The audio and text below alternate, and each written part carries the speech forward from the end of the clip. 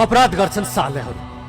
कारवाही गर्न खोजे जातीय क्षेत्रीय मुद्दा उठाएर बच्ने कोसिस गर्छन् अनि उल्टे हाम्रो संगठनमाथि सवाल उठाउँछन्। सिंह, परियार, मण्डल, राई, लिम्बू, श्रेष्ठ, देउवा, यादव, डीएसपी थारू अनि म एसपी खरेल, यो जिल्ला स्तरीय प्रहरी कार्यालय मात्र होइन, यो सिङ्गो राष्ट्रकै प्रतिनिधि कार्यालय हो।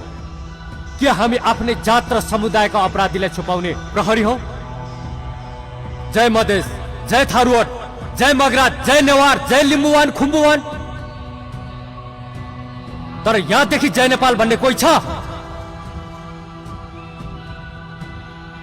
तस्कर, चोर, डाकाबाट पैसा वसुलेर आफ्नो जात र समुदायका नेताहरूलाई चन्दा दिएर संरक्षण गर्छौं हामी। तर आफ्नो संगठन र देशको लागि काम गर्ने कोही छ?